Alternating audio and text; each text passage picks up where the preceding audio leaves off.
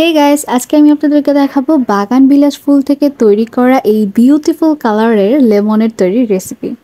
এই লেমনেডটি তৈরি করতে কিন্তু আমাদের কোনো ধরনের আর্টিফিশিয়াল কালারের প্রয়োজন হয়নি। খুব সহজেই একদম ঘরোয়া উপায়ে এত সুন্দর কালারের একটি লেমনেড তৈরি করতে পারি শুধুমাত্র বাগান বিলাস ফুল থেকে।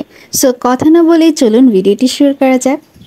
তবে ভিডিওটি শুরু করার আগে যারা আমার পেজে নতুন আছেন তারা অবশ্যই আমার ফেসবুক পেজ আর ইউটিউব চ্যানেলে ফলো সাবস্ক্রাইব করে পাশে থাকুন। সো কথা বলতে বলতেই আমি কিন্তু বের হয়ে যাই বাগান বিলাস ফুলের সন্ধানে। আর এই হচ্ছে আমাদের হলের একদম সুন্দর একটা ভিউ।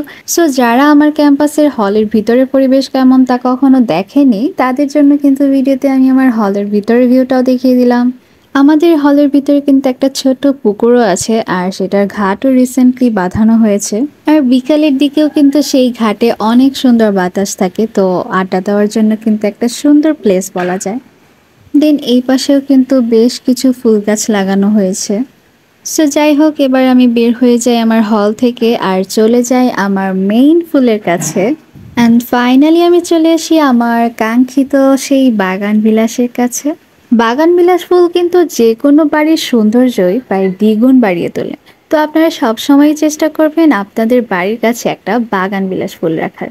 ফুলের কাছে এসে ফুলগুলো ছিঁড়তে খুবই কষ্ট লাগছিল, কিন্তু পরে ভাবলাম আমি তো আর ছিঁড়ে সেগুলো ফেলে দিব না, আপনাদের জন্য একটা ন্যাচারাল হেলদি ড্রিঙ্কস বানাতে ব্যবহার করব। তাই মনে হাজারো কষ্ট নিয়েই কিছু ফুল আমি সেখান থেকে ছিঁড়ে নিয়ে আসি আর ফুলের ডালগুলোকে ফেলে দিয়ে শুধুমাত্র ফুলের পাপড়িগুলোকে বেছে নিই। দেন ফুলগুলোকে ভালোভাবে ধুয়ে গরম পানির মধ্যে চুবিয়ে রাখি বেশ কিছুক্ষণ। তবে তাড়াতাড়ি কালার পেতে চাইলে চুলায় সেটাকে জাল দিয়ে নিতে হবে। তো আমরা এখানে ওয়েট করি 1-1.5 ঘন্টার মতো, বাট আপনারা যদি চুলায় জাল দেন তাহলে কিন্তু একদমই ওয়েট করতে হবে না, 10-15 মিনিটের মধ্যেই কালারটা চলে আসবে। দেন আমি একটা লেবু কেটে নিই, যেহেতু লেমনেড বানানো হবে তো লেবু তো লাগবেই মাস্ট।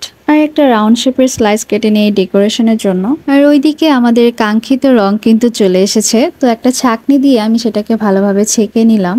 আর দেখুন কত ইজিলি ভাবেই ন্যাচারাল একটা সুন্দর কালার কিন্তু চলে এসেছে। তো লেমনেড বানানোর জন্য এখানে আমি 1 চামচ চিনি দিয়ে দিলাম, আপনারা আপনাদের স্বাদ মতো চিনি দিয়ে নেবেন, সাথে দিয়ে দিচ্ছি লেবুর রস। অ্যান্ড ফাইনালি আমাদের লেমনেড কিন্তু রেডি।